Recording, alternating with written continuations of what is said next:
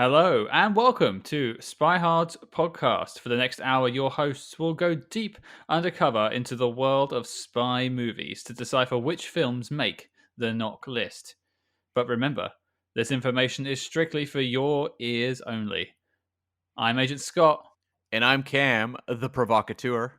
And Cam, what are we tackling this week? We are going to take on the 1986 Whoopi Goldberg vehicle, Jumpin' Jack Flash. Yeah, I have a lot to say about this film. I hadn't seen it before, but before we get into that, I'm going to plow through our letterbox.com synopsis. Oh, is this one another novel like War and Peace? It's longer than last week's one. Okay. Is it more War and Peace or Crime and Punishment? It's more War and Peace. Okay. Just like watching this film. No, I'm kidding. Okay. Right. Jumpin' Jack Flash. An adventure in comedy. Terry works for a bank and uses computers to communicate with clients all over the world. One day, she gets a strange message from an unknown source. The message is coded. After decoding the message, Terry becomes embroiled in an espionage ring. People are killed, and Terry is chased. Throughout, she remains in contact with this unknown person who needs Terry to help save his life. Is that it? Yeah. That is terrible. An adventure in comedy. Oh my god. Like, if you've written that out, just throw out the paper. Or you know what? Throw your computer monitor off the balcony because you just don't have it. I was going to follow up with throw yourself off, but probably not that far. Not quite. No. You may improve with time, but it's going to take a long time. And it's funny because we've read some that I feel like really nailed the movie and were decently written. Whereas like this one, just the plot synopsis was horrible. Well, if you remember, like, I think Hannah or something like that, Yeah. it was 3 lines, and you're like, yep, that's it. Yeah. I think North by Northwest was like 2 lines and it was perfect. So This is 9 lines, and the first 4 don't say anything. at this point, what do we review more? Movies or letterboxd plot synopses? So are we a letterboxed hard now, or? Please, God, no. I'm out. It doesn't really roll off the tongue, does it? No, I'm hanging up the mic. Forget it. Yeah. Just me talking to myself again. Oh, okay. Right. Cam. I'm not paying Podbean for this. Okay, Cam. So I sort of said it earlier. I hadn't seen this film before. Have you seen this film before? No, this was one of those movies. I was asking my sister about it. That played over and over and over again on TV when I was young. And yet, for some reason, neither my sister or I ever watched it. I have no idea why. When I brought up the name, my sister's like, I don't know what you're talking about." And I showed her the poster, and she's like, "Oh my god, I 100% know what that is." But for some reason, in the Smith household, it was a non-entity. So yeah, no. How about, and you? Same with you, right? Yeah, certainly the same with me. I have no recollection of this film whatsoever. I mean, it came out a year before I was born, but I know plenty of films that came out before that year, so that doesn't really mean much. And it's not something that played on my TV as far as I'm aware. Right. Yeah. I don't know why we didn't watch it because we watched so much junk. Like I look back at 80s comedies and, we were watching like The Great Outdoors over and over again or Troop Beverly Hills, or there's just so many of those 80s comedies that are not necessarily well remembered today that we were watching just over and over again. I have no idea why we wouldn't have at some point, taped this one off TV or worked it into the rotation or even just out of a, curiosity, watched it on a Saturday night or something. Well, it does feel like exactly one of those films that you just sort of have around. It's just kind of on TV when you switch it on.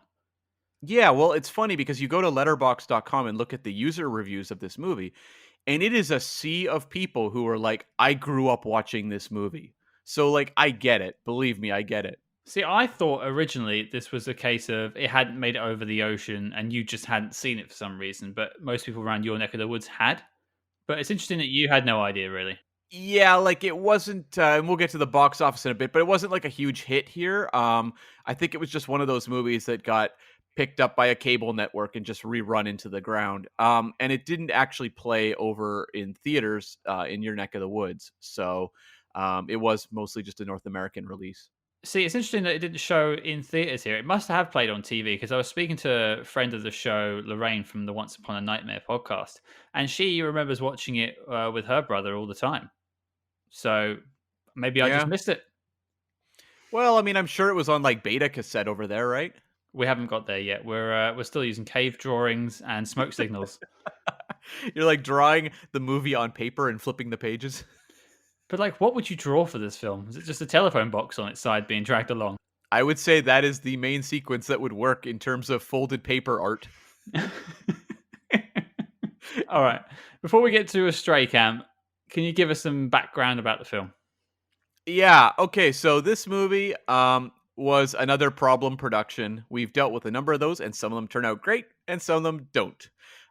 This movie it began life as a Shelley Long vehicle, and it was going to be directed by a guy named Howard Zeef, who had directed Private Benjamin with Goldie Hawn, and he would go on to do the two My Girl films that were very popular with my generation. Not so much me, but a lot of kids in my generation watched them. And the whole thing at this point was to make Shelley Long a star because she'd been on Cheers. She'd left Cheers to go into movies and not had the best of luck. She starred in Troop Beverly Hills, which did okay, but was really, really badly reviewed. And I think she did another movie called Frozen Assets set in a sperm bank or something. And like no one saw it. Like it was a disaster movie that just, I mean, like two people showed up to see it. So what happened was they're developing this movie and they have a screenplay by a guy named David Franzoni, and he had the story pitch as well as the screenplay. And I would be fascinated to read what his original draft was because David Franzoni, this was early in his career, but he went on to write Gladiator and Amistad. I just want to rewind for a second. Did you say that Shelley Long was in a film about a sperm bank? I did, yes. That film does not get made nowadays. Probably not. No. No. It was a different era, Scott. I mean, you could say it came and went. Oh. Yeah, no kidding. Hmm. In that movie, antics really get out of hand.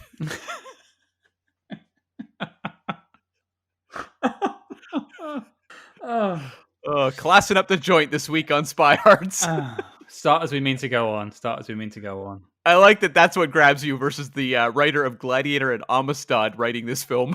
I need to talk about the sperm bank, Cam. This is what I need to hear about. Right?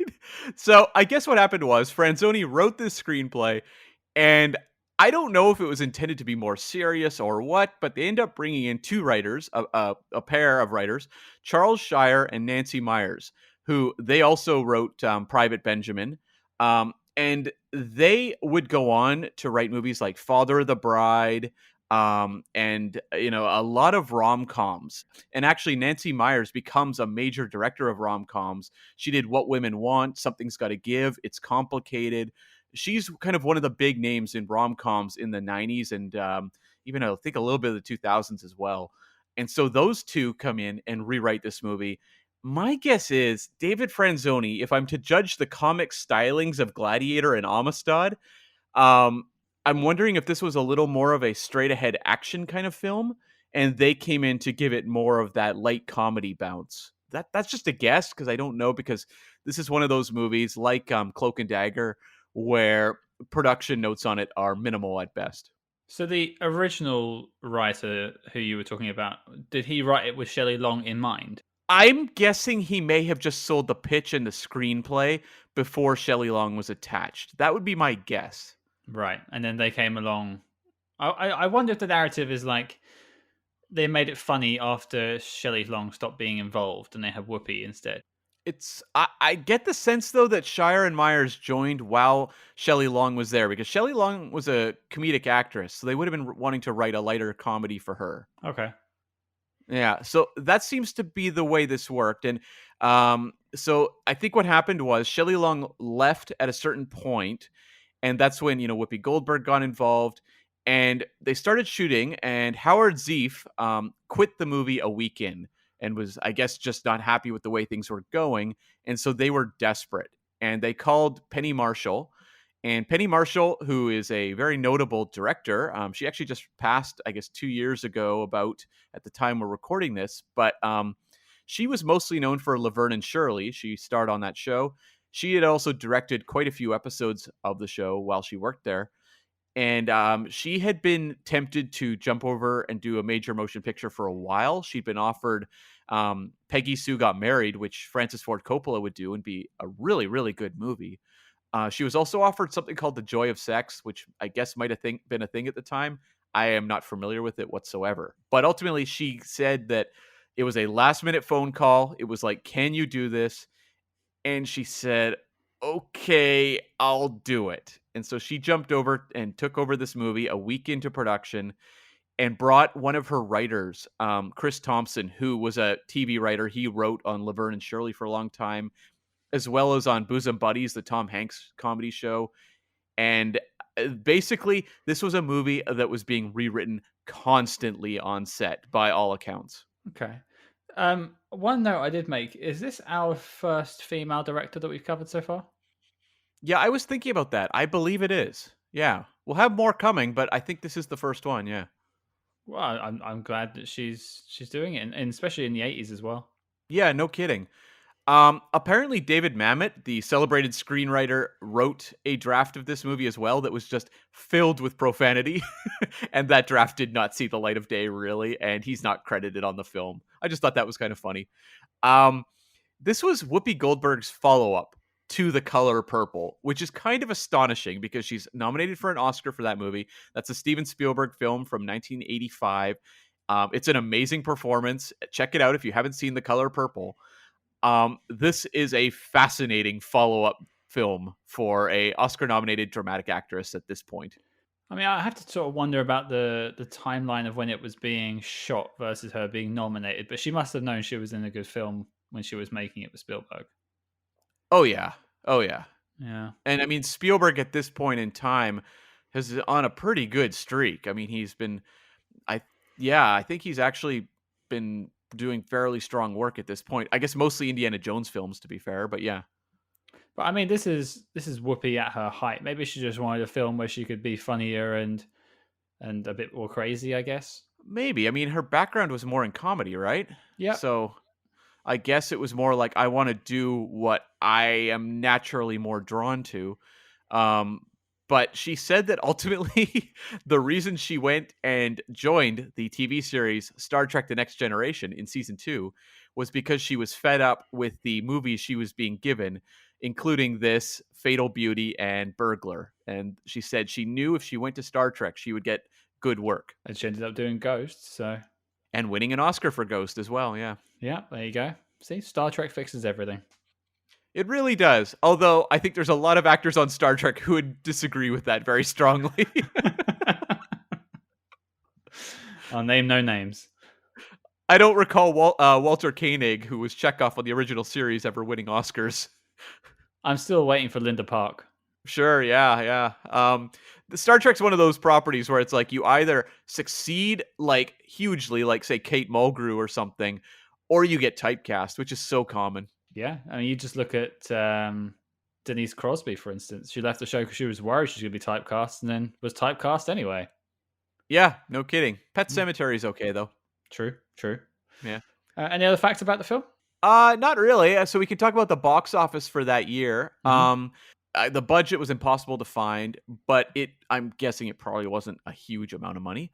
As I said, it was only released domestically, so it made $30 million, which I was kind of like, oh, that's pretty low. But then when you actually look at the tallies worldwide, that was number 35 for the year. So that's actually pretty good for just opening domestically. So it only opened in America. There's no international whatsoever, or none recorded at least anyway.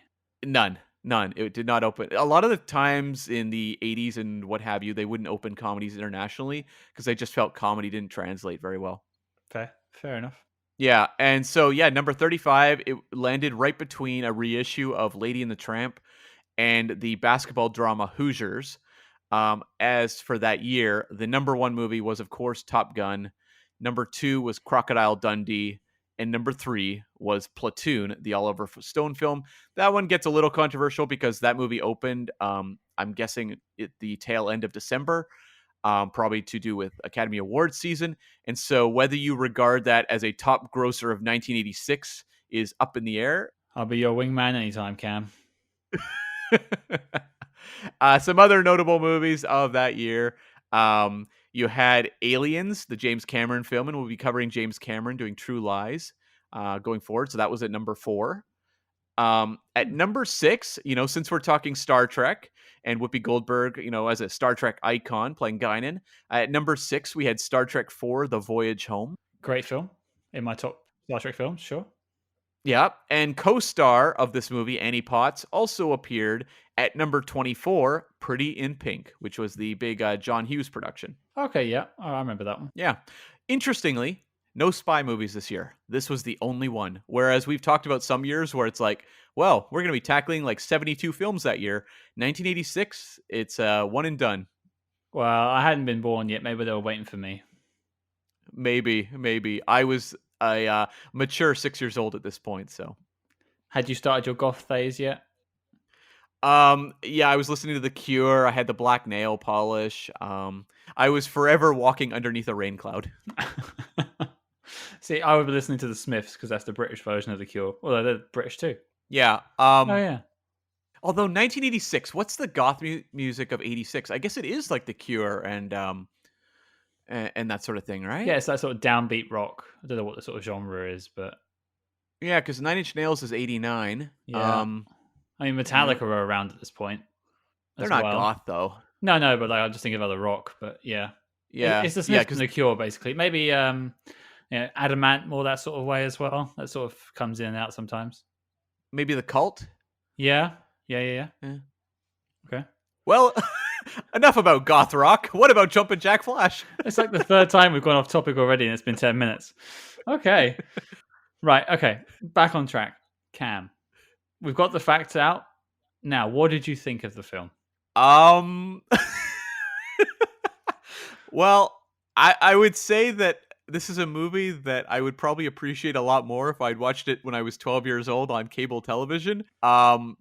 This just felt to me like one of those kind of misguided stories you see often in 80s films where it's kind of like they have a premise and they're just taking a popular actor of the time and just being like, carry this thing, carry it, because, the comedic material on the page is not there. That's kind of how I felt about it. And I found it fascinating that, we covered North by Northwest early on in the podcast. And I mean, that's a movie that I feel like would be classified as a thriller. And it's a heck of a lot funnier to me than this movie. Yeah, this film, like, it's a bit of an assault on the comedic senses, I would say at times. Well, and I want to delve into that as we go, but I'm like, is it, or is it just that it's so specifically 80s in terms of its comedy stylings? Because when you look at comedy now, say watch a Judd Apatow movie, for example, there's a joke landing every like 15, seconds, or every 30 seconds at least. And you watch a lot of these 80s comedies, and a lot of them are based on sort of, here's a wacky premise, and the joke is that this character or this actor is in this premise. And that's kind of the joke. Yeah, I feel like I have seen this film before, despite having ever seen this film. Right. Well, I was thinking a lot about the movie Ghostbusters while I'm watching it, because, you look at that movie. It's a sci-fi sort of supernatural kind of movie. I guess more supernatural than sci-fi, I should say, more horror movie. But you are plugging, these 4 kind of comedic actors into it. And the kind of the joke is their reactions. But I think what works for me in Ghostbusters and doesn't work here is that Ghostbusters, all of the supernatural stuff is incredibly effective and has tension and is actually involving on a story level. Whereas I feel like this one is a spy movie. I didn't think it was a very engaging spy movie. I thought Whoopi Goldberg was hugely likable, very charismatic. Obviously, she's a A-class actress. So I'm enjoying what she's bringing to it, but it just felt like a lot of it was her having to try to breathe life into a spy plot that wasn't written very well in the first place. Yeah, I mean, from my side of things, I had no knowledge of this film before finding it for this podcast. I was quite excited to watch it because I'm a big fan of Whoopi Goldberg, and I know she's a great comedian.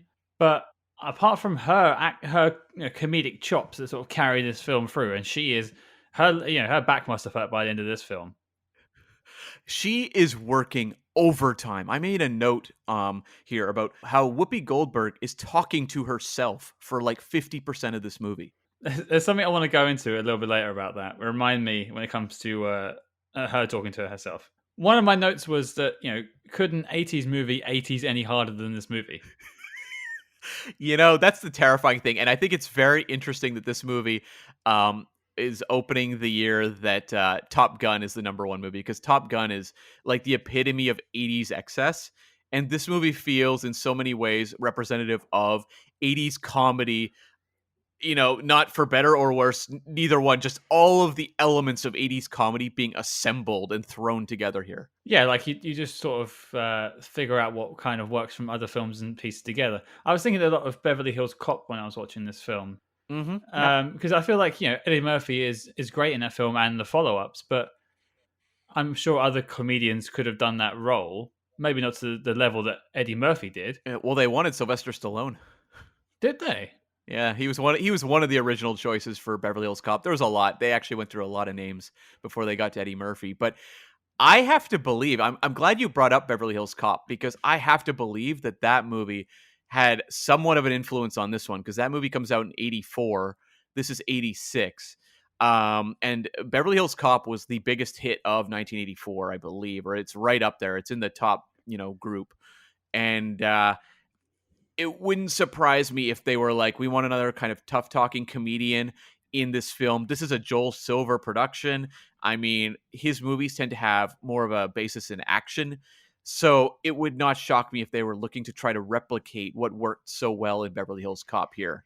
Yeah, it was only a passing thought in my head, but it's interesting that it came to you as well. Yeah, because you look also, Whoopi Goldberg swears a lot throughout this movie. And it's funny because I'm someone who, I don't know that I saw a lot of Whoopi Goldberg films growing up, because I was like thinking about it. I never saw Fatal Beauty, which I know was also played on TV a lot, but I did see Ghost, and I remember watching Karina, Made in America. There was a handful, but it was never like, she wasn't doing a lot of like R-rated, like profanity laden comedy, at least from what I was experiencing. So it was kind of a surprise that she had quite a bit of that here.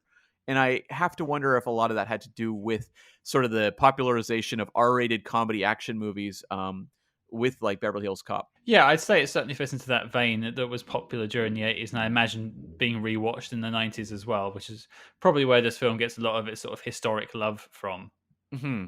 But yeah, as I was sort of alluding to earlier, this film is a bizarre choice for a 32-year-old man. Sorry, 33. I had my birthday recently. Hey, I lose track of the years. That happens, believe me. Yeah. And I imagine if I watch this as like a 10-year-old or a 12-year-old, and she's swearing, there's cool action set pieces, I probably would have loved it. But there's lots of films I loved at 10 that I just can't watch again. Yeah, well, like, I guess my example was, and you referred to Lorraine watching this movie a lot when she was young. I was a big fan of The Great Outdoors, which was a John Candy, Dan Aykroyd film, which was put out in '88. And I remember my family watched it up at our summer home, and it just became this movie we all loved and watched over and over again and thought was the most hilarious thing ever. And a handful of years ago, I was hanging out with a buddy. It was kind of when Netflix came over to Canada. So it was, a handful of years ago. And Great Outdoors was on there. And I was like, have you ever seen this? He's like, no. And I said, you have to watch it. It's hilarious. And I watched it, and it was a real nostalgia burster where I'm like, oh, like, I get what we were laughing at, but this movie is literally just an assembly of scenes that have absolutely no connection to one another. Yep, that is very true. Now, do you want to know what my childhood rewatching film was? Okay. Can you give me like a year? I don't know what year it was made. Do you want me to quickly look it up? Or just say like late 80s, early 90s, what kind of era? It was definitely made late 90s, I would say. Late 90s. Okay. Yeah. I mean, I was 30 when the millennium... 30? I was 13 when the millennium hit. So... Scott is like Benjamin Button. He's been aging backwards. Another film we're referencing over the film we're talking about. The late 90s. Okay. I'm trying to think of something that's not particularly great. It's sort of that, kind of good, at best sort of level. Oh, man. Something like Multiplicity, maybe? I'll give you a hint. It was led by a male comedic actor who was very popular around the time. Was it Martin Lawrence? Something like Blue Streak or Nothing to Lose? Okay, I can give you slightly more hints now because I looked up the year it was created. Okay. It was put out in 2000. 2000. Was it Bringing Down the House with Steve Martin? Nope. Okay. I'll give you one more hint because obviously we could do a whole hour on you trying to guess this film. Sure. The co-star was Renee Zellweger. From 2000.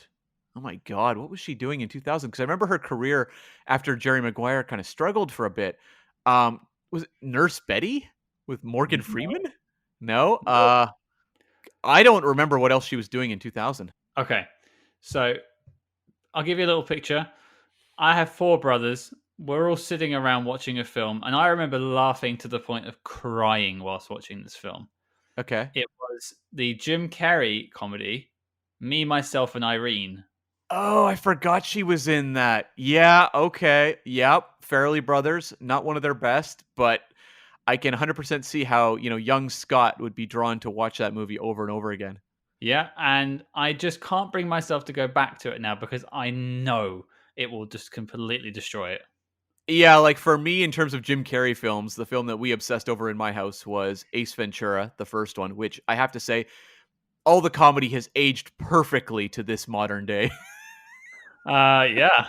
Shifting Oh. uncomfortably. And we were also big fans of The Mask. That was the other one. The Mask, I think we memorized the Cuban Pete musical sequence. See, we were a big liar liar family. We Oh, uh, okay. we would often Yeah. draw on each other's heads in blue pen.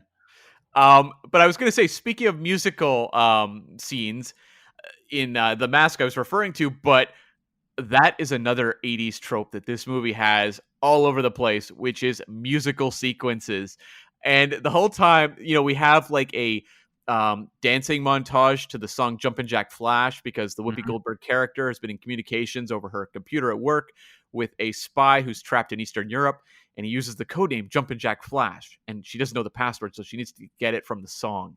And so she's listening to the Rolling Stones song and just dancing in a montage for like a minute. And I just thought, I will guarantee you that in 1986, audiences were screaming with laughter at that. Do you want a couple of facts about that song?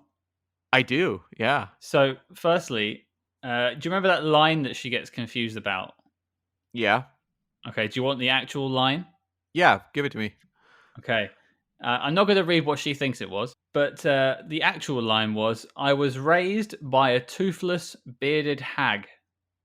Huh. Well, there you have it. I mean, you have to do it in sort of a Mick Jagger voice to make it sound more like it, but you know. And the password that I think was it a pass key she calls it, like a cipher or something? Yeah, She writes it as B flat, as in the word flat. right. That's not how you write B flat. Okay. You cannot believe how much that bugged me as being a sort of a musician on the side. It's capital B, lowercase b, not B flat. Scott, I am not going to question the computer science of this movie because I had a lot of notes about the use of computers in this movie. Did they have MSN in '86? What are they? How are they Uh, texting each other? Well, okay, so yeah, a little bit of setup there. Yeah, Whoopi Goldberg works at like an international bank doing transfers, and she often communicates with clients, I guess, who are sending money their way, and it's like a text-based messaging system, and that's how she makes contact with this Jack, codename Jack character. And yeah, it's just like an early version of, I guess, Messenger in '86. I guess it's possible that you would have maybe had that in like business operations like this. I don't know. I had questions, but then I was also very baffled that these computers could pick up TV signals.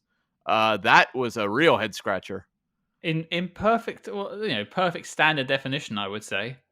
Yeah, of like Russian gymnasts every day at like yeah, like a Russian TV satellite being beamed to a 1986 like desktop computer. Okay. Yeah, is it a TV or is it a computer? Which one is it, folks? But then don't forget, Cam, the computer also gains sentience a little bit later on in the film. Are you talking about when she enters the password and it like comes to life and there's like all these like crazy graphics going on? I can almost believe that they have, because that's at least in pixels. But when it actually starts communicating his voice to her, and it's not like it's in her head, people can hear it because they respond to it. Yeah. So, Yeah. like, could they? Does it have like text to talk on 86 computers? Okay, the text to talk thing, I was wondering if that was just a plot mechanic and it wasn't actually talking. I'm pretty sure that was all in her head. Really? I think so. I don't know. I was baffled as well. Oh, okay. All right. I think that was a way of bringing character into it because you want to have Jonathan Pryce's voice there to establish a connection between the characters.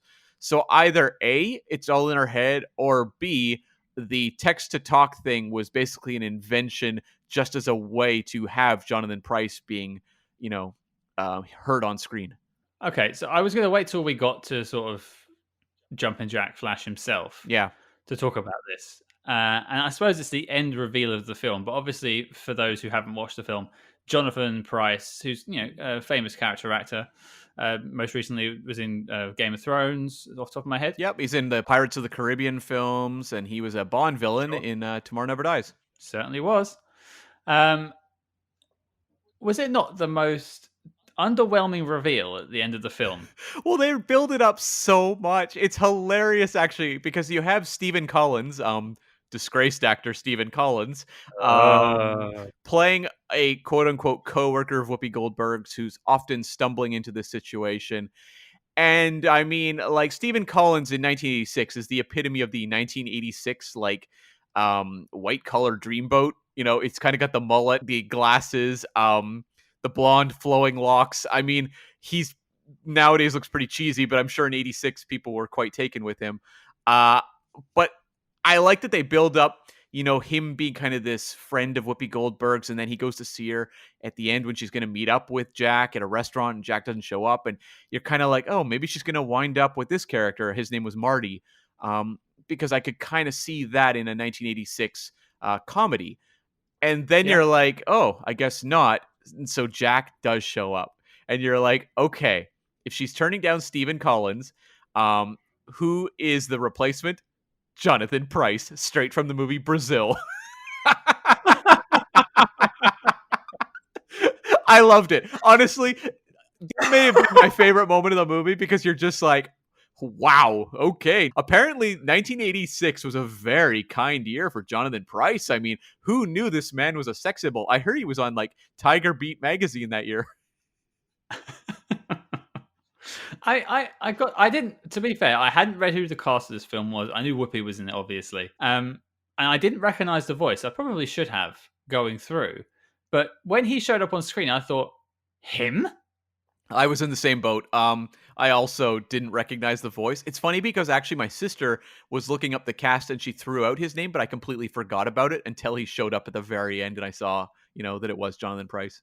Are you saying you forgot something about this film? Um, well, yes. The actual spy plot element, did you find it kind of all over the place? I thought it was actually on a good track for a while. Yeah, early on, yeah. Yeah, and then it was after the scene in the consulate for the second time, hmm I felt like it just lost itself. I think when you have this type of plot in a comedy, you have to keep it fast paced. And fast paced comedy means a very different thing now versus 1986.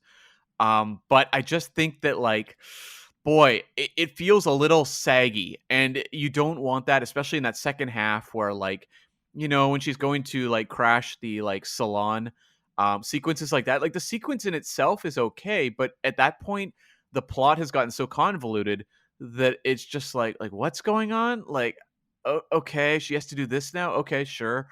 And I think, like, honestly, if you cut this to 90 minutes and make it a much faster paced movie, it would probably work better. Yeah, I mean, this film is an hour and 45 minutes. Now, North by Northwest is 2 hours, and I didn't feel it. It was over 2 hours. It was 2:15. Right, there you go. This film, I actually watched it with my better half, Miss H, I should say, Miss H, and she actually watched it with me, which is a rare occurrence for a film I'm covering.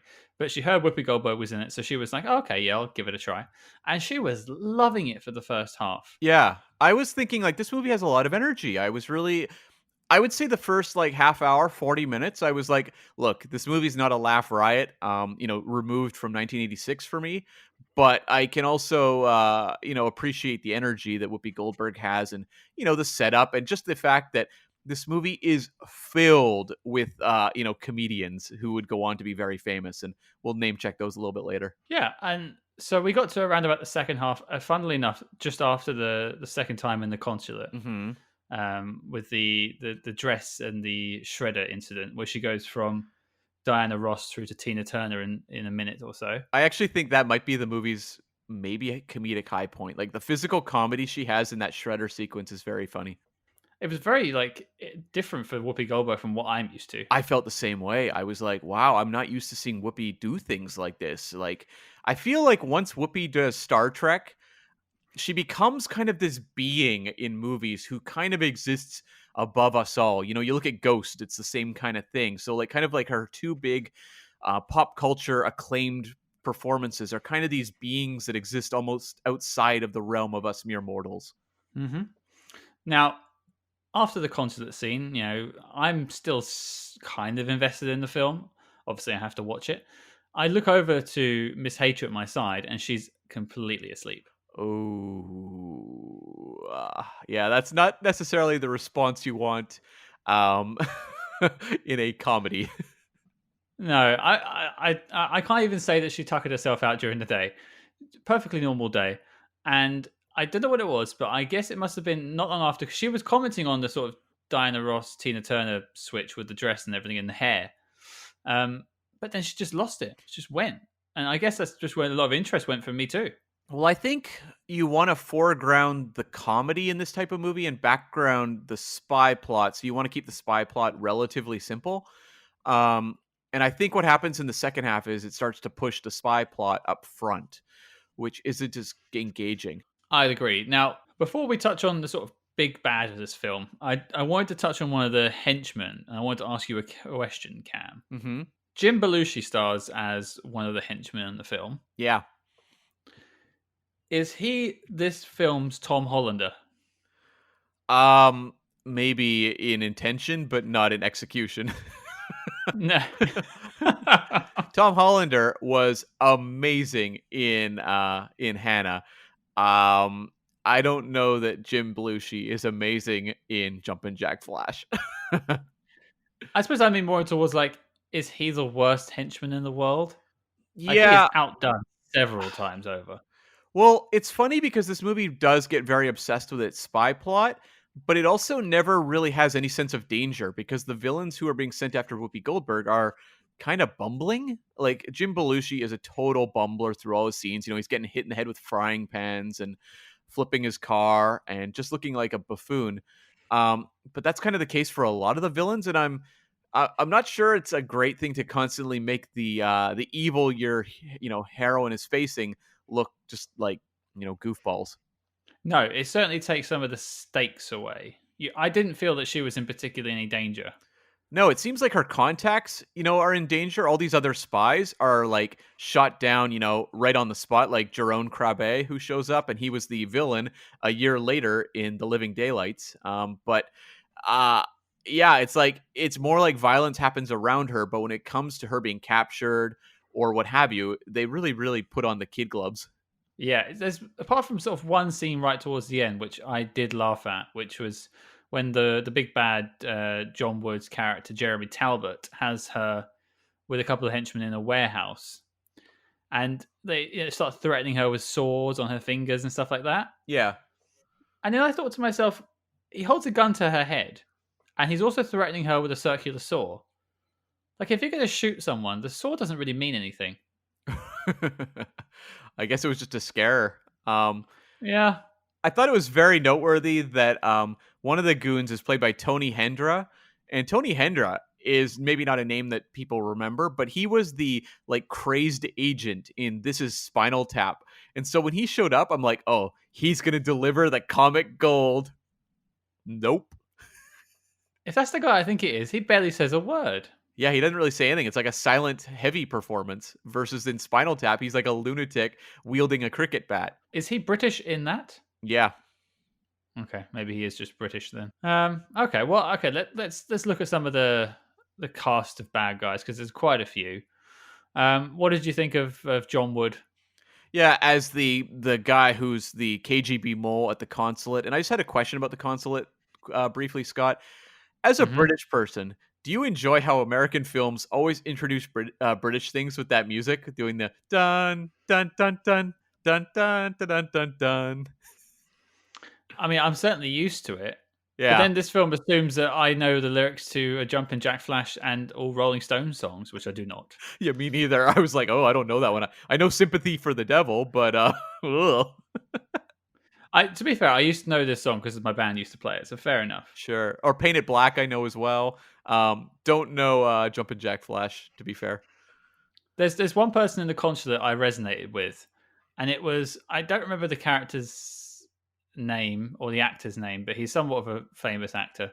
But his wife just shouts out randomly, "I'd really like to go home now." I just thought, yeah, I would too. Yeah. John Wood, he's fine.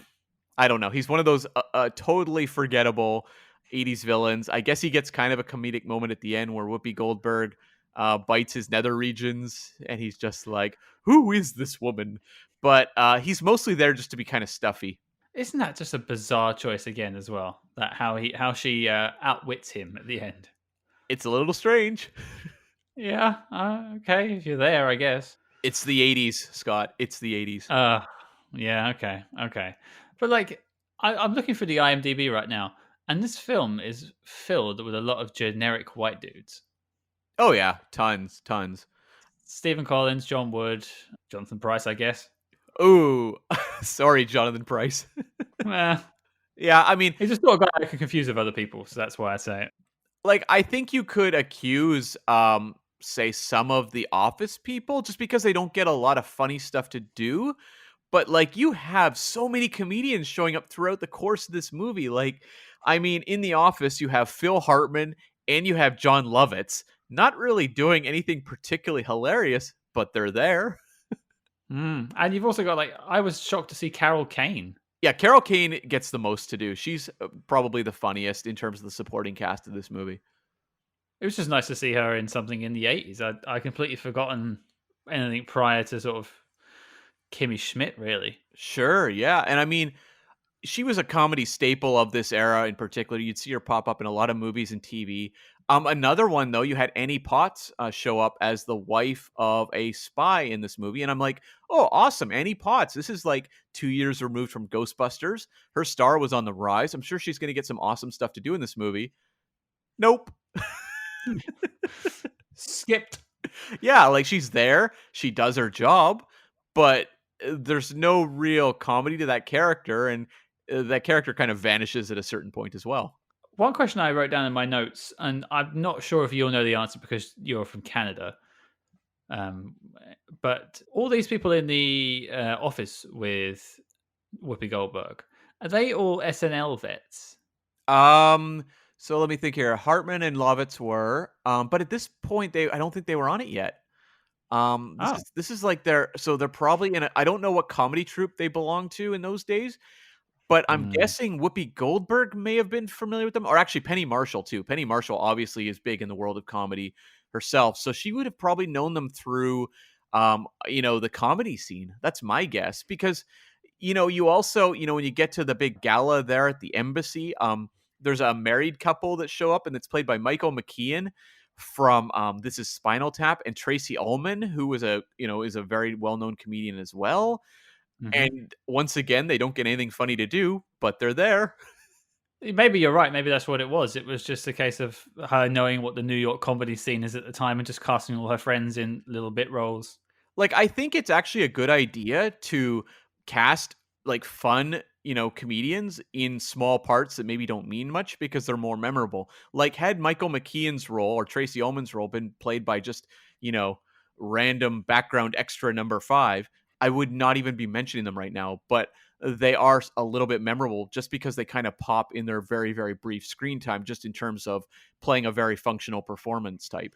Yeah, they make an impact on the film. You do remember their faces at least. Yeah, and I mean, Penny Marshall also casts her brother, Gary Marshall, as the police officer that Whoopi Goldberg deals with at the station, who she has a real back and forth with. I think it's funny that Gary Marshall gets like the most comedic stuff for a guest star in this movie, despite being not really like a huge comedic name. He's actually a director in his own right. He directed Pretty Woman, Exit to Eden, Valentine's Day. Let's just say he's done some good things and some really bad.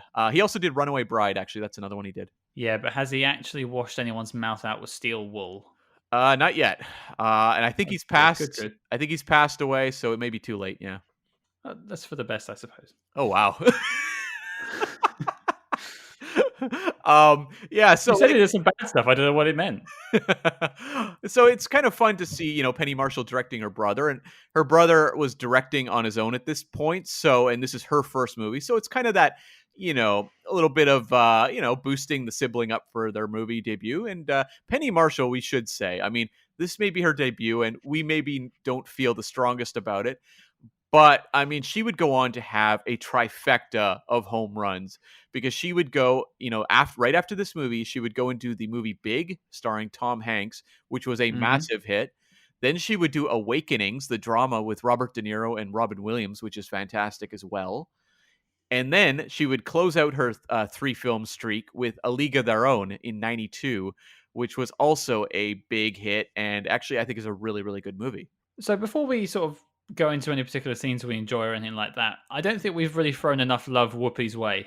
Okay. And I said this before. She obviously carries this film all the way through, and she is throwing out her comedic chops that I'm not used to seeing personally. Yeah, it's true. Like, I don't know that it's unusual for this era. Like, I guess we'd have to delve into Fatal Beauty and Burglar. So when Whoopi Hards kicks off, we'll do that. But yeah, like I don't know if this was outside the norm for her comedy at that particular time, but it was fun to see. And even just like a moment, another very 80s moment, and we talked about musical numbers earlier, but like when she starts dancing to and doing the karaoke routine to Can't Hurry Love at the Hmm. embassy. I mean, like, I can't say I was rolling in the aisles when I'm watching it, but I was also going like, I have never seen Whoopi Goldberg do something like this.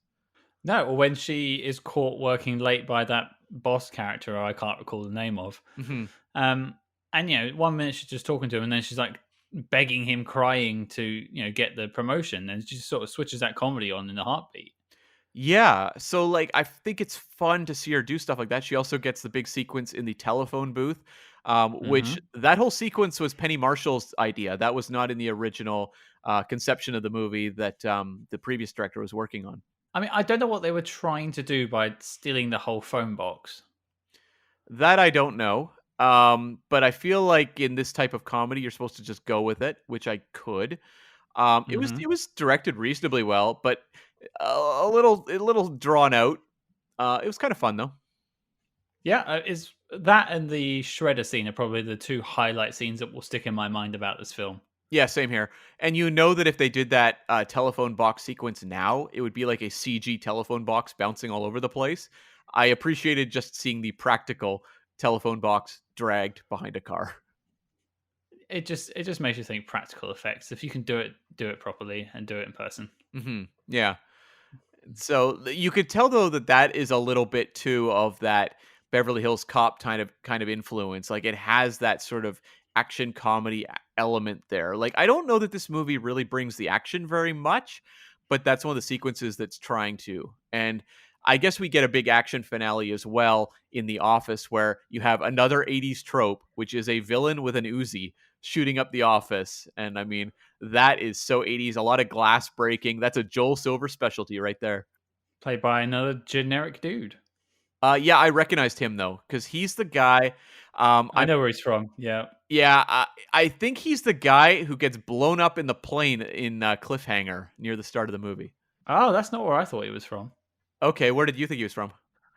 I seem to recall him as the made up friend of Riker in the Arsenal of Freedom. Oh, possible. Yeah, another Star Trek reference. I haven't watched the Arsenal of Freedom for quite a while, so you may be right. Hmm. Okay, is any other things you want to mention about the film? Well, I guess I just want to talk a little bit while we're discussing Whoopi Goldberg. Just kind of loop back on her talking to herself through this entire film. Like, I feel like a lot of this movie was being rewritten constantly, and I just feel like so much of this movie just fell on Whoopi Goldberg of like, you got to carry us from this scene to the next. There's a scene where she just starts doing like a Ray Charles impression, and I'm like, I feel like this was Whoopi, come up with something funny right now. We need to fill this moment. Or like it was from her live comedic act or something like that? Yeah, like it just felt like vamp Whoopi, vamp. Yeah. And yeah, just fill the silence. Exactly. Yeah, it's a good thing to point out. And I think of the person they chose, Whoopi was the right call to do that. Yeah, I think Roger Ebert raised an interesting point in his review. He didn't really care for the movie. He gave it, I think, 2 stars. But he talked about how the movie felt kind of strange, how Whoopi Goldberg seemed to have zero human connection with any other actor in the movie, except for maybe Jonathan Pryce at the end. But I also wonder if that's intentional, that she feels removed from, her office and everything. So I don't know that I would, lob as a criticism. But I wonder if it makes the movie feel kind of a little strange because you're surrounded by so many recognizable actors now, and they don't seem to really have any sort of spark with her. Well, it's just that they don't mean anything more or less for the film. All these big actors that you know now, I suppose, like you say, they don't really do anything for the plot except for maybe Stephen Collins and I guess Jonathan Pryce.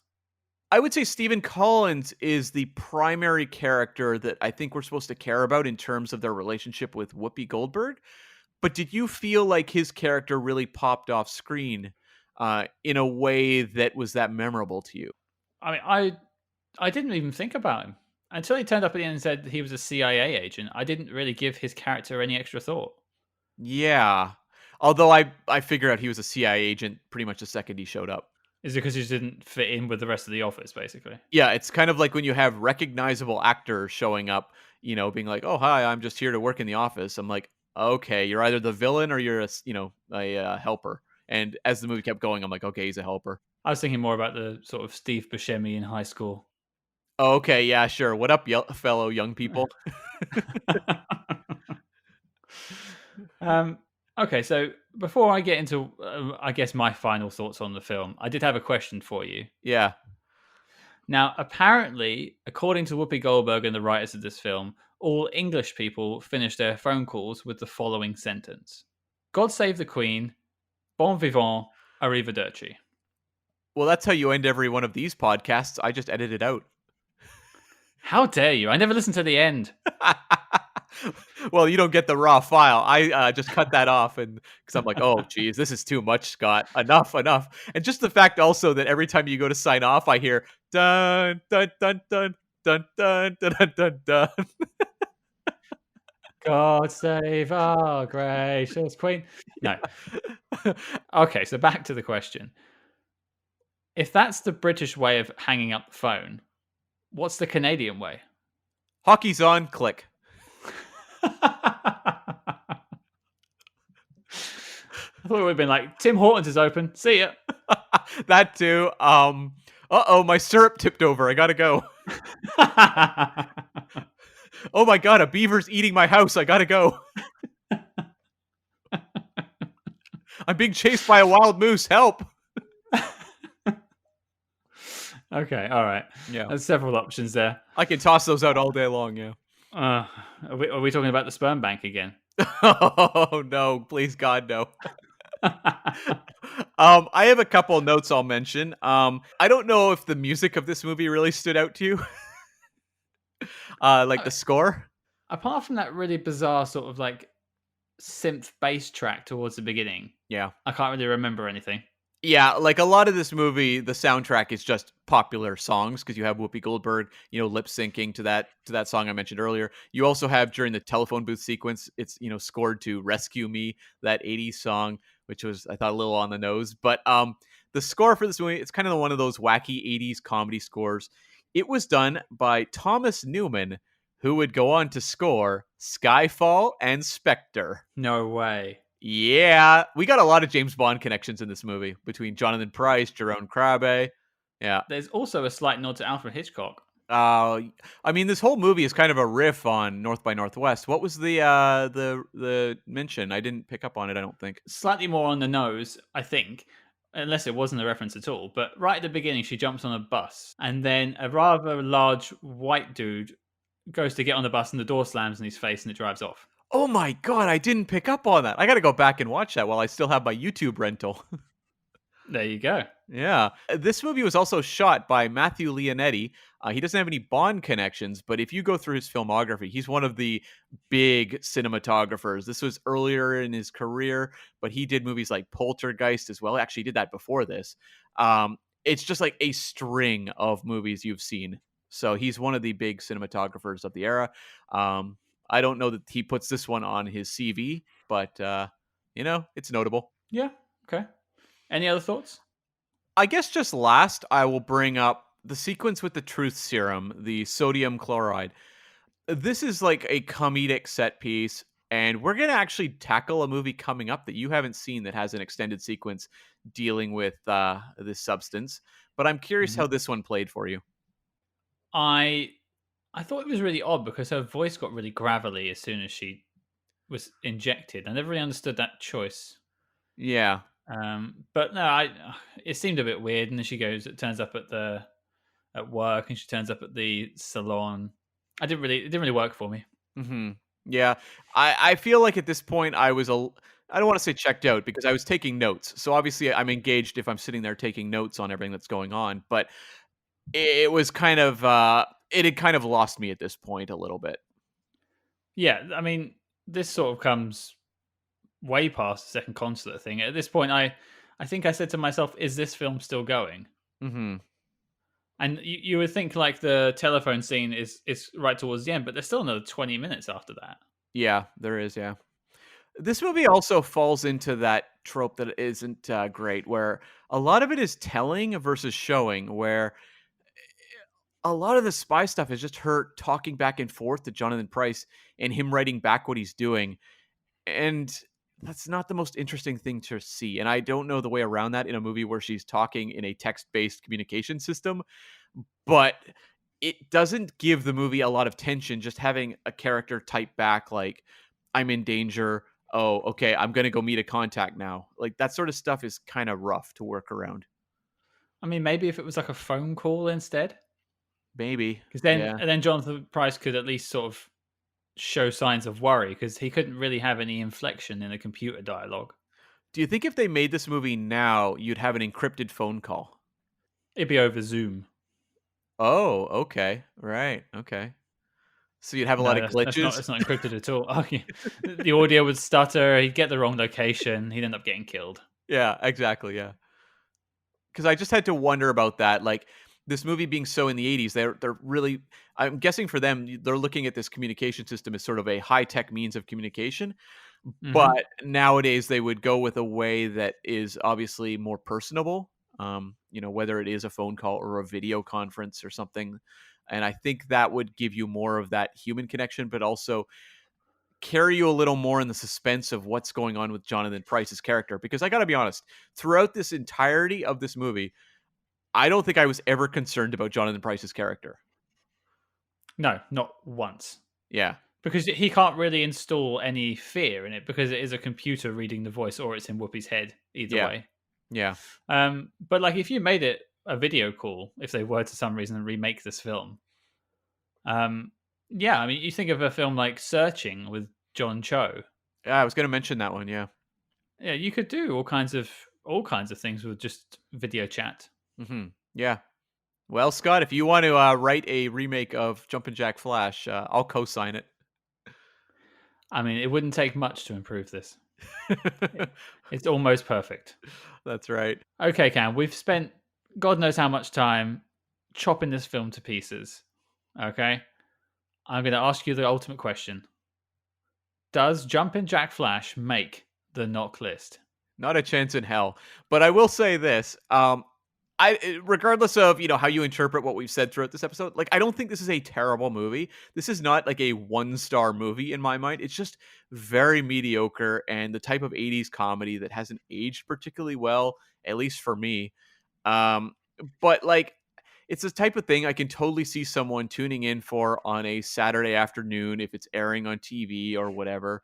I don't know, streaming clips of it on YouTube and just kind of like being like, oh, like Whoopi Goldberg's really fun on screen.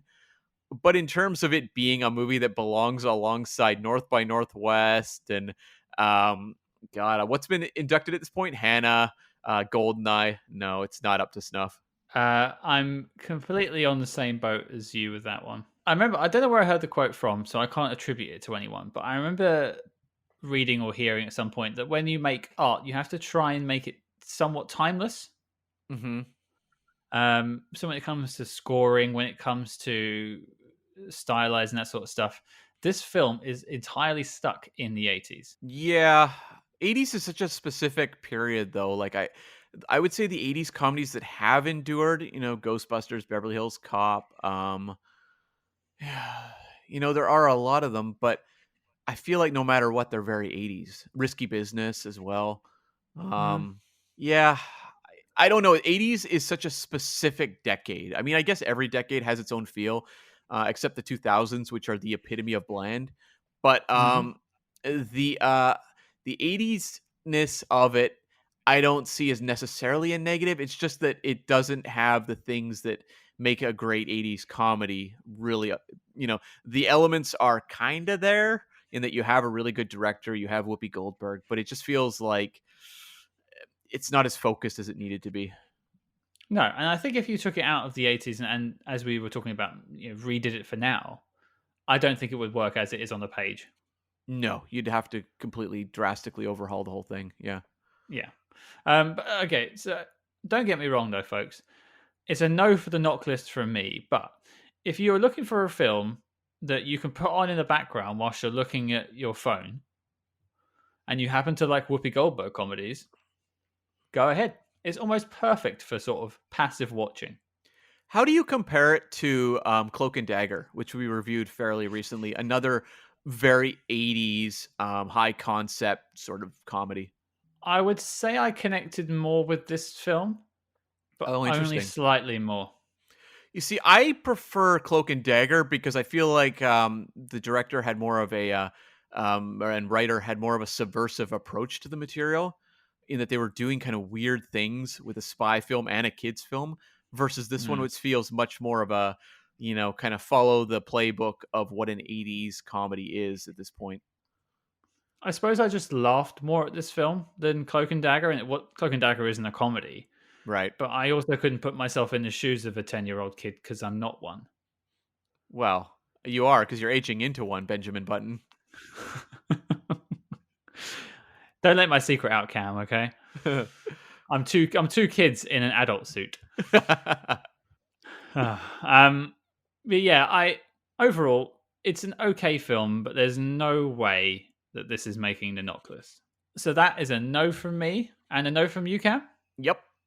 So there you have it, folks. Jumpin' Jack Flash is not on the knock list. And with that revelation, the dossier on this film is complete and filed as classified. But Cam, hopefully we can do better next time. What do we have coming up? We're headed back to Franchise Town, baby. We're tackling 2004's Bourne Supremacy, which introduces Paul Greengrass as the director, and he would go on to very much define what a Bourne film is. I have not seen this movie in a long time. I'm looking forward to revisiting it.